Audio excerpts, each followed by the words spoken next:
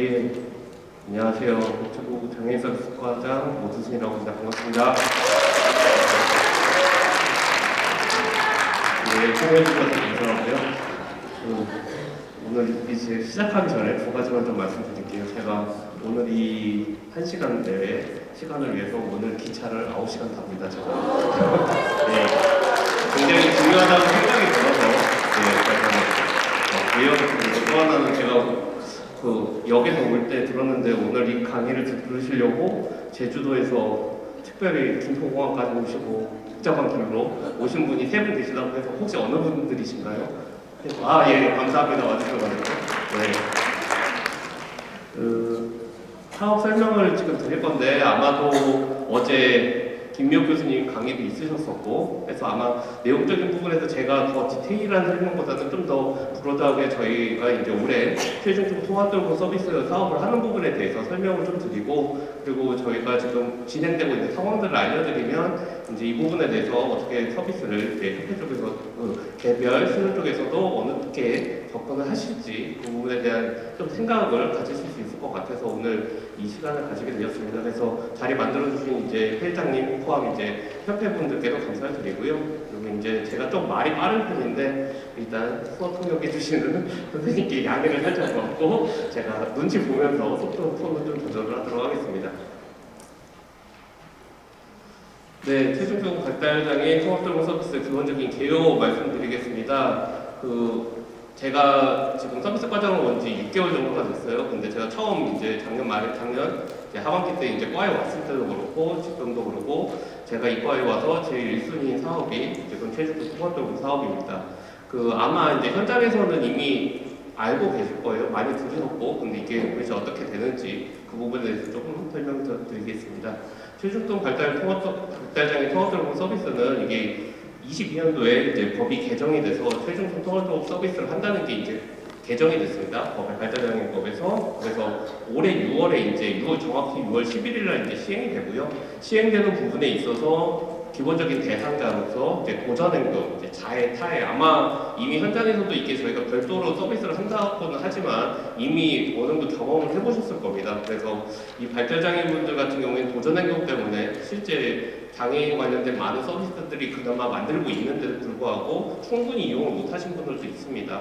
그리고 실질적으로 그렇기 때문에 가정에서 그냥 양육하셔서 가족들이 힘든 어려움들이 있고, 그리고 더 잘 아시겠지만 저희들이 언론에 나오는 안타까운 사연들, 보통 이제 발달장애 가족들이 경우들이 많았죠. 그래서 이 부분에 대해서 지금 현 정부에서는 국정과제로서 이 최종적 발달장애 통합돌봄 서비스를 적극적으로 추진하는 게 시작이고, 이제 올해 그 부분이 이제 도입이 됩니다. 그래서 경과 부분에 보시면 이제 광주에서 22년부터 24년까지 24시간 사업을 했었고요.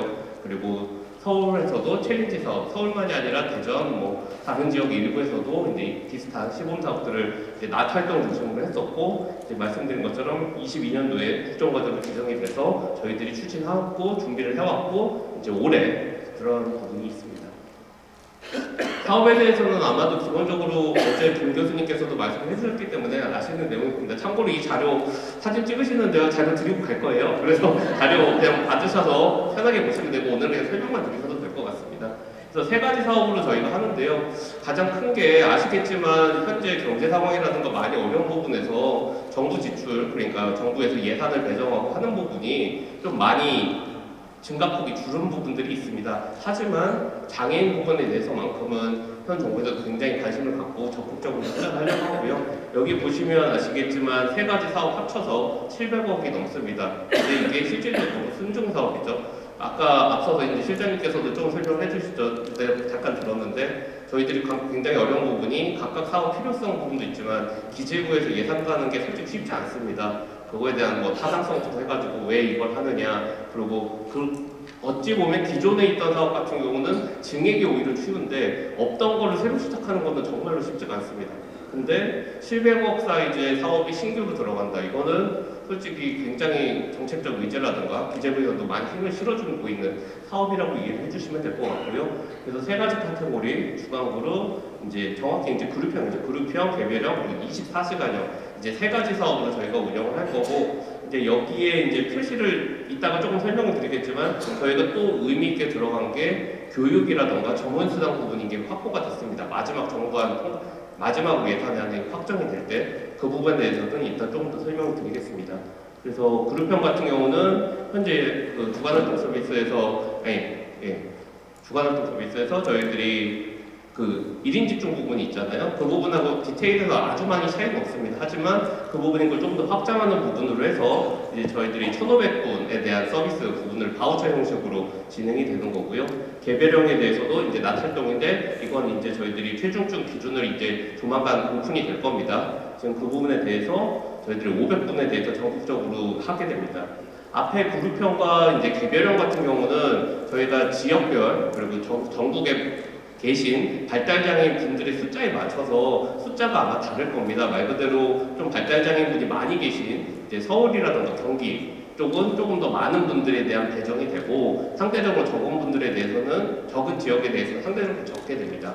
근데 마지막에 있는 24시간 개별형 이거는 지금 17개 시도 340분이죠. 그래서 한 개 시도당 이제 20분입니다. 남성 10분, 여성 10분 해가지고 이건 어찌 보면 지역 인프라 개념의 성격이 더 강하게 그 인구수 비율이 아니라 그곳의 인프라로서 시도에 배치되는 걸로 하게 됩니다. 그리고 24시간은 이제 보시면 아시겠지만 금액 부분 보시면 아시겠지만 앞에 1,500분, 500분, 340분인데 24시간이 이제 175억이죠. 말 그대로 이제 낮 활동과 이제 밤에 주거 지원 부분이 같이 들어가기 때문에 1인당으로 타지게 되면 1억 5천 이상의 예산이 투입되는 좀 큰 사이즈의 사업입니다.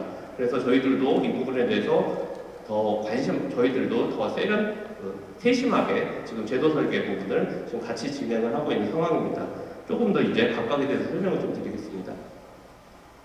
이제 주간 그룹형 같은 경우는 아까 제가 말씀을 드린 것처럼 그 1인 집중 부분에 대해서 실질적으로 최종적 분들을 보셨었죠. 근데 이거를 어찌 보면 이제 명시적으로 저희들이 그룹형에서 이제 케어를 하려는 부분이고요. 그 부분에 있어서 서비스 부분에 대해서는 이제 기본적으로 1인 집중과 큰 차이가 없을 수도 있습니다. 저희가 제가 이 최종적 통합적인 서비스를 이제 설명을 시작을 하고 다녔는데 설명을 하고 이제 전국 다니고 있거든요. 근데 이 부분에 대해서 많이 나오는 질문 중에 하나가 그러면 그룹형과 기존의 1인 집중과 차이가 뭐냐는 말씀을 하세요. 근데 제가 그거를 완벽하게 두 개가 다른 겁니다라고는 말씀을 드리긴 어려워요. 왜냐하면 서비스 자체의 성격을 저희들이 발달장애인분들한테 드릴 수 있는 종류가 어찌 보면 지금 주간활동의 기본 베이스로서 만들어진 것들이 시간도 또 어느 정도 지나고 어느 정도 타당하게 가오고 있기 때문에 최종중에서 뭔가 갑자기 드라마틱하게 바뀐다는 것보다는 저희들이 기본적인 대상으로서 최종중 발달장애인분들을 케어한다는 성격이 더 강하고요.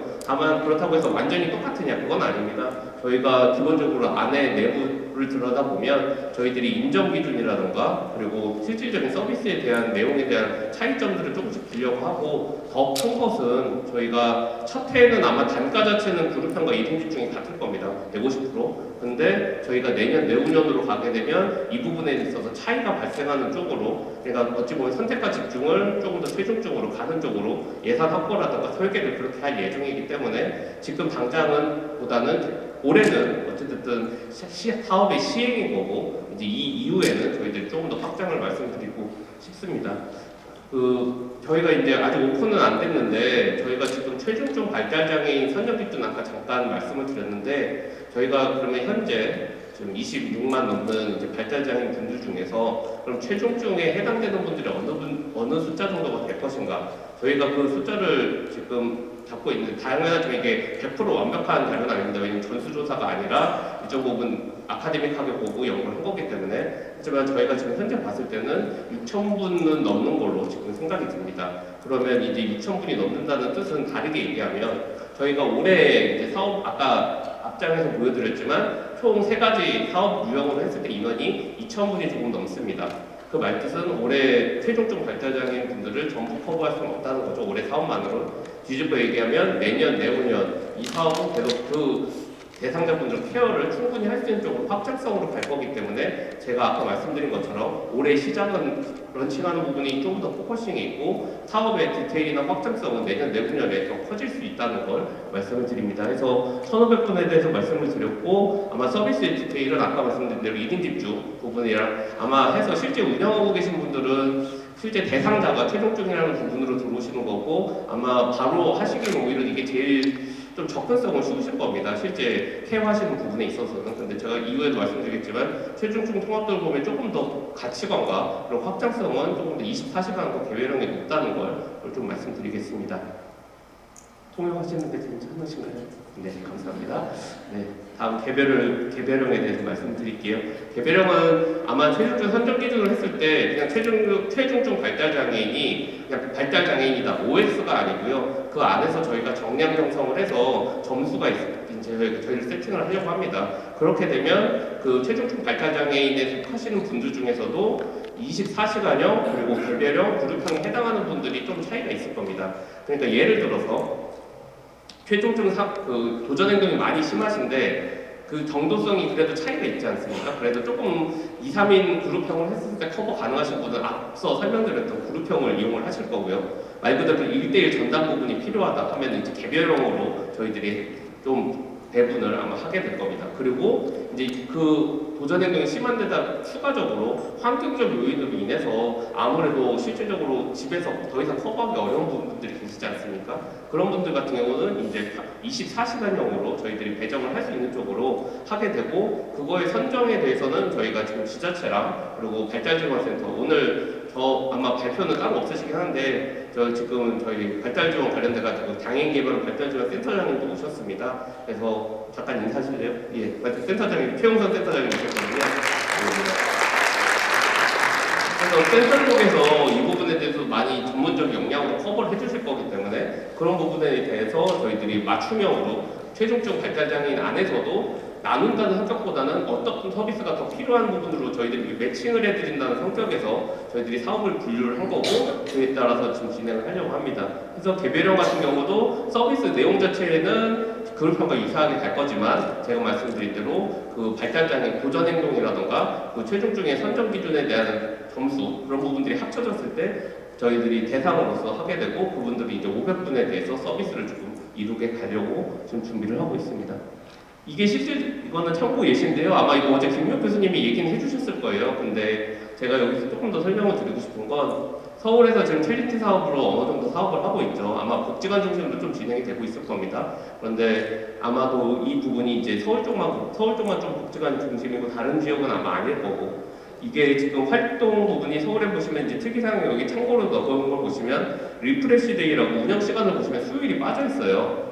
이게 왜냐하면 최종적 장애인분들을 케어하는 게 실질적으로 종사자분들도 쉽지 않잖아요. 그래서 서울시 또 예산도 그랬고 해서 서울시가 할 때는 수요일을 뺐는데 저희가 지금 만들고 있는 개별형에서는 수요일이 포함됩니다. 말 그대로 리프레시 데이가 없습니다.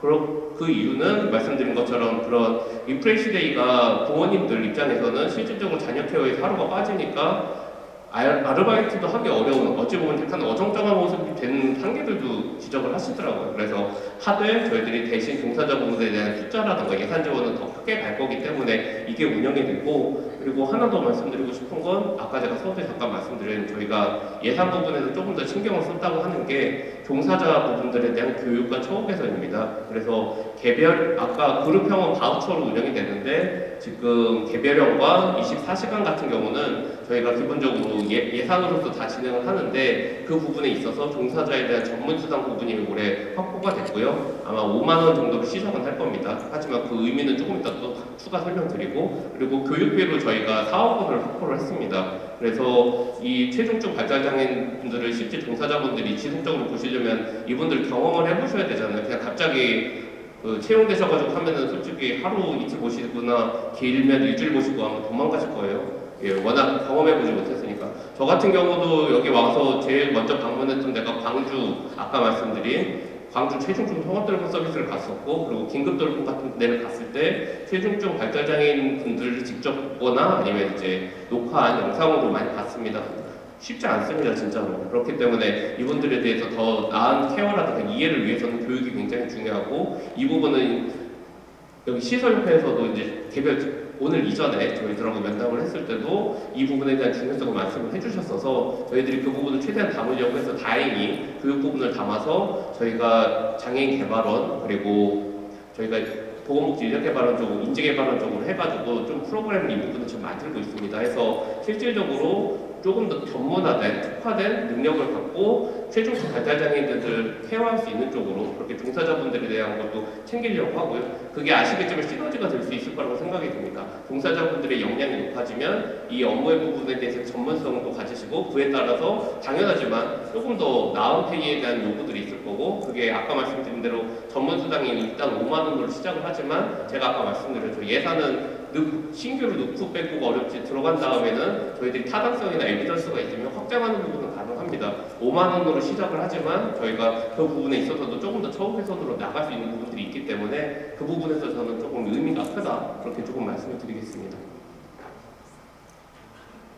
네, 그리고 24시간 부분입니다. 어찌 보면 통합돌봄이라는 이름이 붙었을 때 가장 먼저 생각나는 건 솔직히 앞에 두 개는 낮활동이잖아요. 근데 24시간인 게 실질적으로는 통합돌봄의 성격에 더 맞을 것 같다는 생각이 들고요. 이 부분에 있어서는 낮 시간에는 아까 처음에 나올 때 아마 그룹형 부분을 활용을 합니다. 그래서 실질적으로 24시간이 완전히 앞에 나온 그룹 개별형하고 분리되는 건 아니고요. 낮 활동 부분은 그룹형 부분에 대한 걸 활용을 하고 밤에 이제 주거 지원 부분을 활용을 하는 걸로 이어집니다. 그래서 이 부분이 됐었을 때 아마도 인원 부분에 있어서 저희가 아까 말씀드린 대로 전국에 대해서 이건 인프라 성격으로 접근이 되고 아마 지원 저희들이 예산 확보된 종사자 인력도 지금 상당 인원이 이쪽으로 조금 포션이 되어 있습니다. 낮 활동, 밤 활동 합쳐서 제가 산수에 좀 약하긴 한데 그래도 30분 넘게 투입될 수 있도록 하고 그 안에서의 구성에 대해서도 좀 유연성을 가지고 활동할 수 있게 저희가 뭔가 제도를 새로 만들 때 너무 스트릭트하게 만들면 또 현장에서의 다양한 목소리들을 수용 못할 수 있잖아요. 그렇기 때문에 첫 해에는 조금 유연한 모습으로 보고 그 중에서 가장 잘 운영되고 있는 선도적인 모습을 맞춰서 저희들이 어찌 보면 그거에 맞춘 가이드를 넣는 게 조금 더 나은 방법이라고 생각이 듭니다. 그래서 저희가 개별형으로 생각을 하고 있는데 아마도 이 부분이 저희들은 실질적으로 아마 여기 계신 분들도 그룹형 낮 활동에 조금 더 관심은 많으실 거예요. 아무래도 말 그대로 주간활동 서비스 부분이 있었었기 때문에 하지만 저희가 지금 조금 더 방점을 찍고 있는 데는 24시간이라는 걸 말씀을 드리고요. 그리고 이 부분에서의 아마 모델링이 더 이제 확장성이라든가 커지는 쪽으로 갈 겁니다. 해서 이 부분이 약간 제가 웹판원 같은 느낌도 들긴 하지만 좀 저희가 세일즈를 하자면 아마 이 부분인 게 점점 더 커질 거기 때문에 시작 부분에서의 선도적 부분에서의 진입이 어느 정도 좀 중요할 거라는 생각이 듭니다. 무슨 얘기냐면 지금 아시겠지만 최종적 발달장애인 분들이 이 서비스를 이용하는 데 있어서 1년, 2년 하고 나가실 게 아니잖아요. 아마도 짧으면 3년, 길게는 5년 이상 이용을 하실 겁니다. 근데 제가 아까 처음 올해 시작은 2,000명 수준으로 시작을 해서 아까 말씀드린 대로 최종적 발달장애인 6,000분 정도 물론 이제 더 디테일하게 들어가면 그 부분은 더 봐야겠지만 그게 되면 최소 3년, 4년 동안은 사업이 커지겠죠. 근데 커지는데 그렇다고 해서 첫 해에 들어와서 이용하시는 분들이 나가는 게 아니잖아요. 그러니까 확장성은 전체적으로 맞지만 처음에 진입이 안 돼 있으면 그 뒤에는 오히려 이 서비스를 제공하고 싶으셔도 들어올 수 없는 부분이 생기겠죠. 그렇기 때문에 어찌 보면 약간은 여력이라든가 되는 부분이 있으면 적극적으로 이 부분을 선도 진입하는 게 그 이후의 확장성에 대해서의 유연성이라든가 활용 부분이 가능하다는 부분을 꼭 말씀드리고 싶습니다. 그 부분이 저희들도 왜냐면 아까도 말씀드렸지만 한 발달장애인 분이 오셨을 때 그분이 갑자기 기관을 옮기시거나 그런 게 쉽지가 않거든요. 한번 이용하면 또 라포도 형성이 되시고 그 안에서의 편함도 느끼시기 때문에 그 부분 때문에 저희가 어찌 보면 첫 해 때 약간 완벽하게 세팅은 안 된 부분이 있지만 안 들어가는 부분을 해주실 수 있으면 하는 거가 생각이고 제가 솔직히 말씀드리면 지금 다니는 곳이 오늘 여기 왔고요. 제가 낸 건 아닙니다.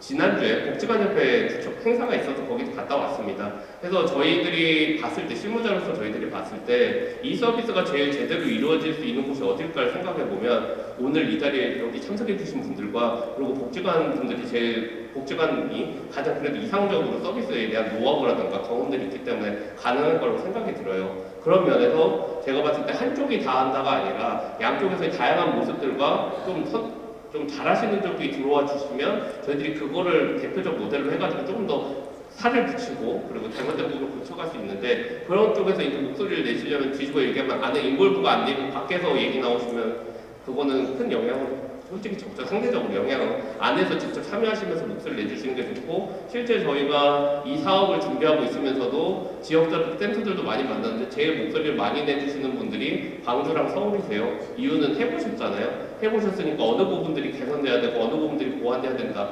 당연하지만 시작 안 한 쪽보다 그런 쪽이 많고, 지금 저희가 봤을 때 아마 다른 지자체에서 저희가 별도로 또 지자체 담당자들과도 이제 이렇게 이제 제도 소개라든가 사업자 결정 이런 데 있어서 다른 지자체에서도 광주랑 서울을 많이 가신대요. 이제 본인들도 이제 해야 되는데 실제 어떤 식으로 운영이 되는지 이제 모르니까. 그래서 이게 아마 선도적으로 이 부분에 대해서 확인을 해보시고 진입을 해보시는 게 좋지 않을까라는 말씀을 드리고요. 제가 아까 말씀드린 것처럼 올해 첫 해 하는 부분에 있어서 제가 담당 과장이지만 너무 모형을 아까 말씀드린 대로 스틱하게 만들 생각은 없습니다. 왜냐하면 시작하는 부분에서는 저희가 예상 못한 부분들도 분명히 나올 수 있잖아요. 그런 부분에 있어서는 저의 최우선 과제는 소프트 랜딩이고요. 소프트 랜딩을 위해서는 현장에 계신 분들의 목소리라던가 그런 걸 최대한 반영을 해서 가장 유연하게 큰 틀의 프레임만 잡고 그 안에서 최대한 영역을 좀 유동적으로 활용하실 수 있게 만들어 놓을 겁니다. 그래서 그 안에서 운영을 함을 치면서 제가 말씀드린 대로 2년차, 3년차 때 이 사업이 점점 확대될 때 이 사업의 크기가 더 완성도 있고 커질 거라 생각이 들고, 제가 아까 700억 얘기 드렸잖아요. 700억은 정확하게 말하면 1년 예산이 아닙니다. 고르평 같은 경우는 저희가 12달로 받았는데요. 나머지 2개는 9개월이에요. 이게 정확하게 예산이 순중이 아니더라도 1년 예산으로 낸 25년도가 되게 되면 아마 900억이 될 겁니다. 그리고 제가 아까 말씀드린 대로 대상상 확대가 되면 당장 내년부터 이 부분에 대한 예산은 1000억 이상으로 될 겁니다.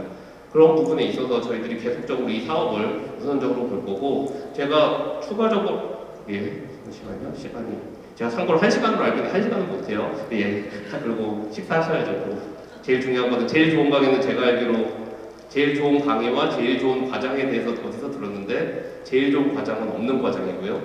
자리 비우는 과정이 제일 좋은 과정이고 제일 좋은 강의는 일찍 끝내는 강의라고 들었거든요. 그래서 그 두 가지는 꼭 지킬 수 있도록 할 거고, 저희가 이 사업을 고민을 많이 하고 통합돌봄이잖아요. 저희 과에서 제가 직접 담당하고 있는 게 저희가 주간활동, 저희가 이제 장애인 활동 지원 서비스를 제가 담당을 하고 있고, 또 하나 담당하고 있는 게 발달장애인에 대한 발달 재활 건강권 제외한 발달장애인 관련된 서비스 전체를 제가 저희 과에서 담당을 하고 있습니다.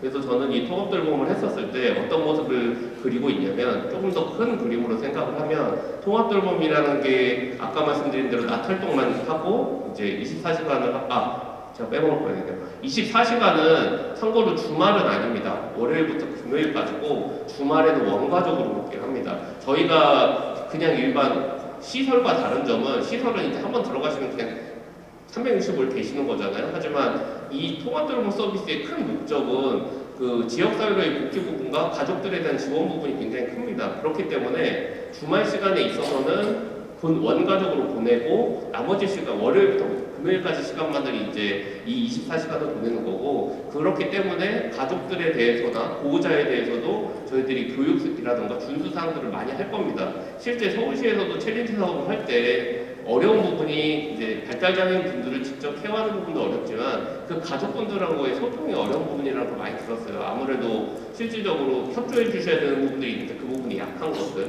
그래서 이 사업을 하는 데 있어서는 그 부분들을 저희가 챙겨서 가려고 싶은 생각이 들고, 그 부분 때문에 저희들이 아까 말씀드린 교육이라는 부분이나 처우 개선이 종사자 부분에 대한 것도 있지만 실제 가족이라는 부분도 지금 저희들이 같이 밸런스 있게 지금 보고 있다는 것을 말씀을 드릴게요. 그리고 또 제가 빼먹은 게 있으면 안 되니까 머리를 좀 줬거든요. 네. 제가 아까 통합돌봄 얘기를 했었죠. 그래서 통합돌봄이라는 게 24시간 부분에 대한 게 있는데, 제가 아까 말씀드린 대로 저희 과에서 발달에 대한 다양한 사업들을 하고 있는 것들을 좀 연계를 해보려고 합니다. 예를 들면 기본적으로 이 사업에 들어오신 분들은 개인별 지원 계획이 조금 더 타이트하게 진행이 될 거고요. 그거가 기본적인 세팅이 같이 갈 거고, 그리고 아시지만 부모 상담이라던가 저희들이 기타 사업들이 있습니다. 운영하고 있는 게. 근데 부모 상담을 해도 인지하지 못하는 분들도 생각보다 많은데, 그 부분이 실질적으로 원가족 부분에 있어서의 번아웃이나 심리적 소진을 막는 부분들이 있거든요. 그래서 그 부분도 이 부분하고 좀 연계를 많이를 해보려고 하고 있습니다. 그리고 아까 말씀드린 대로 주간활동 서비스 1인 집중과 그룹형에 대해서는 저희들이 조금 방점의 시프트는 분명히 존재를 하는 쪽으로 가려고 지금은 계획을 하고 있다는 걸 말씀을 드리고요. 그래서 제가 이 주절이 많으니까, 왜냐면 이게 마지막 페이지거든요. 그래가지고 이제 아무가 끝났고요. 그래서 제가 말씀드리고 싶은 건 또 하나 있는 게, 아까 제가 24시간 같은 경우에 한 분당 1억 5천 이상의 예산이 들어갔다고 말씀드렸잖아요. 그게 이쪽에 계신 분들은 그거에 대해서 크게 말씀이 없으신데, 이제 외부에 계시거나 아니면은 외부의 시각, 그리고 또 한쪽에서 입장은 한 명당 너무 많은 돈이 들어가는 사업 아니냐, 그거에 대한 솔직히 비판도 있으세요. 근데 제가 이과에 왔고 그동안 이제 부모님 단체들도 많이 만나고 했었을 때 제가 느끼는 가장 큰 방향성은, 이 사업이 잘되장의 한 분에 대해서 1억 5천이 아니고요, 그 가족에 대한 전체에 대해서 저희 사회가, 정부가, 국가가 케어하는 거라고 생각이 듭니다. 그러니까 무슨 말이냐면 한 가정을 살리는데 1억 5천이라고 생각이 듭니다. 그렇게 치면은 절대 그 금액이 많다고 생각이 안 들고요. 그 부분들인 게 점점 커지는 방향으로 잡는 게 정부 정책의 기본적인 방향인 거고, 그게 여기 와 계신 분들의 노력으로 통해서 조금 더 나은 서비스를 이룬다면 실질적으로 발달장애인 분들과 그 가족들의 삶이 조금 더 나아지지 않을까, 그런 부분에 대해서 계속 고민하고 있다는 걸 말씀드립니다. 그리고 다시 한번 말씀드리지만, 이게 제대로 이루어지려면 종사자분들의 처우 개선이 중요하기 때문에, 제가 아까 말씀드린 교육과 전문수당 부분은 저희가 런칭을 어쨌든 받은 당봤습니다. 그게 굉장히 저는 의미 있다고 보고, 그 부분인 거를 저희가 이 사업을 통해서 계속적으로 확장하면 이후에 다른 부분에 있어서도 이거를 연계성으로 전문적인 역량이 필요한 케어에 대해서 종사자분들에 대한 저희들이 관리랑 그 지원을, 처우 개선을 할 수 있는 요소들이 계속 늘은 쪽으로 그렇게 진행을 하도록 하겠습니다. 네.